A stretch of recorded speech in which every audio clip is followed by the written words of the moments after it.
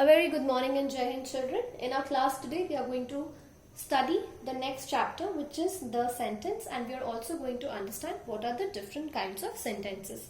So first, what is a sentence? A sentence is a group of words. But if I give you any group of words, will it be a sentence? Not really. A group of words has to give out a complete thought. That means it has to communicate a thought to you. It has to make complete sense. Only then it will be known as a sentence. So if an example I give you, bought he a new car. If I tell you bought he a new car, does it make sense? So you will not be able to understand anything if I give you a group of words in an incorrect sequence. If I put it correctly, if I tell you he bought a new car, then it can be called as a sentence because now it makes sense.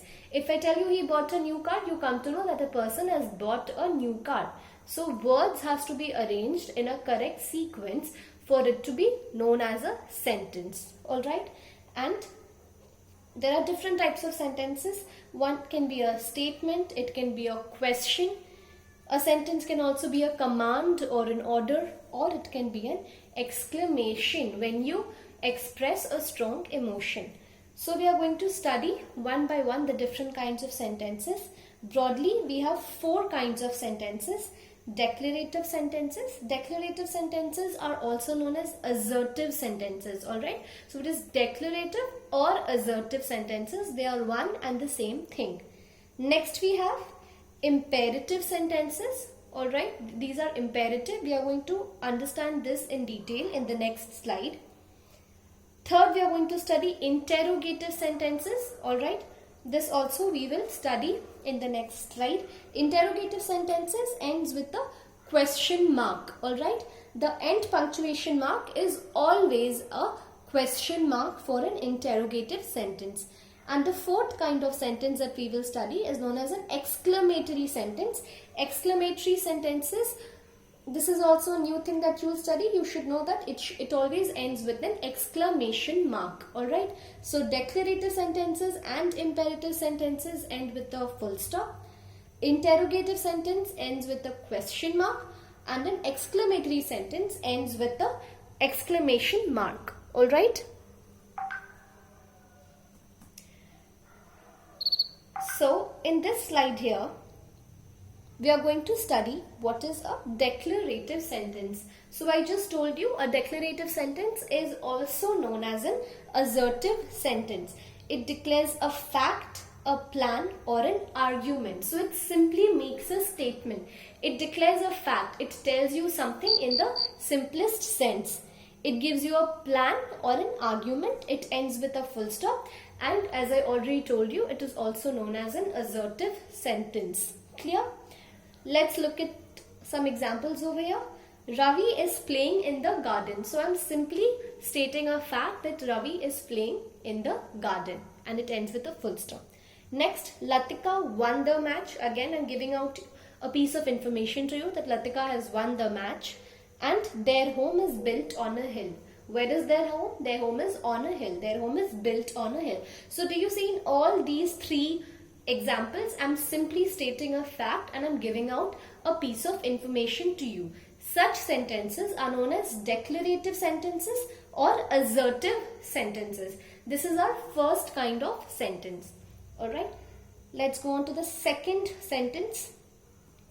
The second kind of sentence is known as imperative sentences. There is a trick to learn what imperative sentences are. So imperative sentences give out a command. A command is an order when somebody orders you to do something. Or an advice. Advice is a suggestion if somebody is suggesting you to do a particular thing.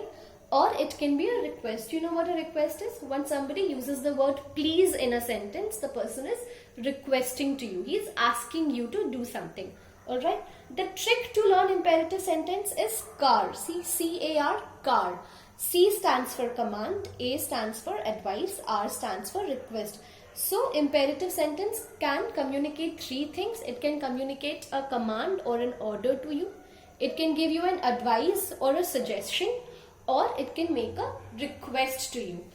So if you remember the trick CAR, you will be able to remember what imperative sentences are. And usually imperative sentences end with a full stop. Alright, we look at an example. See the first example, shut the door. So when somebody tells you shut the door, the person is ordering you to shut the door. So this is a command. This is the first type. Alright. Then advice.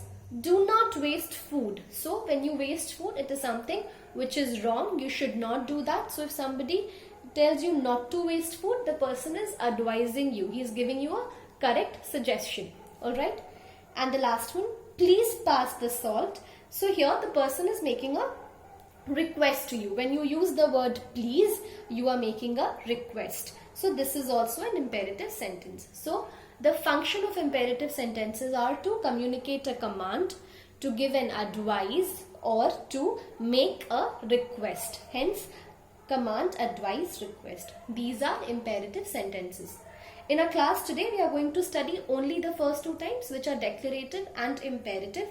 I'm going to share with you a worksheet on your WhatsApp group, which is based on the declarative and the imperative sentences. Go through the worksheet, solve it at home. We'll get back in the next class where we'll continue with the remaining part of the chapter. Thank you.